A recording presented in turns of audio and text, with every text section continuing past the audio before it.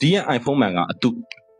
အစစ်နဲ့ခွဲမရအောင်တူတဲ့အတုအခုနောက်ပိုင်းမှာဈေးကွက်ထဲကိုရောက်လာတယ်ဒီရဲ့မှန်ကဘယ်ကနေရောက်လာပြီလဲဆိုတော့ကျွန်တော်စီကိုနေတော့မှညီမလေးတယောက်ကရွှေလီမှာတွားပြီးတော့မှအတုကိုအစစ်ဈေးနဲ့ဂျင်းမိလာတဲ့ဖုန်းကျွန်တော်စီကိုရောက်လာတယ်ဒါသူတလမသုံးရသေးဘူးเนาะဒီလို green screen ဖြစ်သွားတာဒီကောင်ကပါလဲပါတယ်ကာလာလဲဆိုတယ်ဒါ user တွေအမြင်မှာတော့ဘယ်လိုမှခွဲမရဘူးခွဲရှားနီးတော့ရှိတယ်ကျွန်တော်ဒီဗီဒီယိုထဲမှာပြောပြပေးမယ်ဒီတော့အဲ့ဒါကိုမပြောသေးခင်ဒီကောင်ကိုသုံးတဲ့အခါမှာအဲ့ဒီညီမလေးရဲ့အတွေ့အကြုံကိုကျွန်တော်ပြောပြပေးမယ်เนาะသူကစာရိုက်ရတာဒီနည်းနည်းလေးတာပြီးတော့မှ battery အပါဆက်340လောက်ကျန်တဲ့အချိန်မှာဖုန်းပြတ်ကျတတ်တာပြီးတော့မှတလားမရှိခင်မှာဒီလို green screen ဖြစ်သွားတယ်ပေါ့နော်ကျွန်တော်စီကို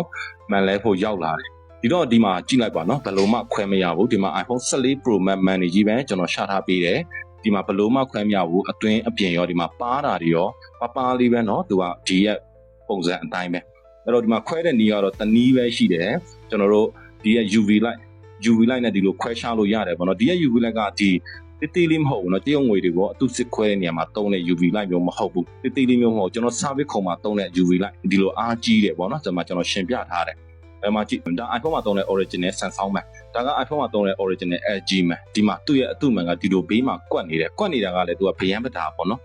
အဲ့လိုမျိုးအရှိနေမျိုးဒီရဲ့ UV light နဲ့ပဲခွဲခြားလို့ရမယ်တခြားဟာတွေမှာလည်းနည်းနည်းလေးကွက်တက်တာလေးတော့ရှိတယ်ဒီလိုမျိုးဗယံပတာတော့မဟုတ်ဘူးဒီလိုကြီးတော့မဟုတ်ဘူးနည်းနည်းလေးပဲပါတယ်ပေါ့နော်ဒါကတော့သူတို့ပြုပြင်ထားတာတွေဒီပေါ့ဒီ IC လဲထားတာတွေကြိုးပြားလဲထားတာတွေအများကြီးဖြစ်နိုင်တဲ့ဟာပေါ့နော်ကျွန်တော်လည်းအတိအကျမသိဘူးဒီမှန်ကဈေးကွက်ထဲမှာတရုတ်ပြည်ထဲမှာဝယ်မယ်ဆိုတော့900စုံလေးပဲကျမယ်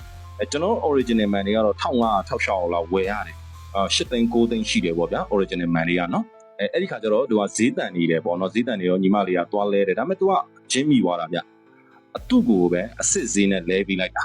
တလားမကြောင်ဒီလိုဖြစ်သွားတဲ့တာဝန်ယူမှုမရှိဘူးပေါ့နော်အဲ့ခါကျတော့ဒီမှာလဲကျွန်တော် iPhone 13ရဲ့မှန်ကိုလဲကျွန်တော်ဒီမှာရိုက်ပြထားပါတယ်ဒါကျွန်တော်ဒီနေ့လဲပေးထားတဲ့ iPhone 13မှန်ပေါ့နော်အားလုံးကာလာကညီနေတယ်ပေါ့နော်အဲ့ခါကျတော့ဒီကကျွန်တော် service ညီကိုတွေရော customer တွေရောခွဲခြားလို့ရအောင်ကျွန်တော်ဘဟုတုတအနေနဲ့သင်ပေးလိုက်ပါတယ်နော်ဂျင်းမမီကြဟုတ်လို့တာပေါ့နော်ရှိုးတွေကဒီမန်တွေကလည်းသုံးလို့တော့ရလားဆိုရတယ်အဆင်ပြေလားဆိုလဲအတိုင်းအတာတစ်ခုကြီးတော့အဆင်ပြေတယ်ဗျာဒါပေမဲ့သူ့ကိုအတုဈေးပဲလဲပေးကြရင်တော့ကောင်းလိမ့်မယ်လို့ထင်တယ်ဗျcustomer တွေကိုဂျင်းမထဲကြဖို့လိုတယ်ကျွန်တော် customer တွေကလည်းဒီလိုကိစ္စတွေကိုရှောင်ရှားနိုင်ဖို့အတွက်စစ်စင်တွေကိုတီးဖို့လိုပါတယ်ကျွန်တော်ဘယ်လောက်ပဲပြောဂျင်းထဲတဲ့လူတွေကတော့ရှိနေတာပါပဲเนาะအခါကျတော့ကိုယ်တိုင်ပဲတတိရှိကြဖို့တတိပေးလိုက်ရပါတယ်ကျွန်တော်ကကိုဇော်ပါ Trust Mobile မှုဆယ်ရဲ့ founder တူဖြစ်ပါတယ်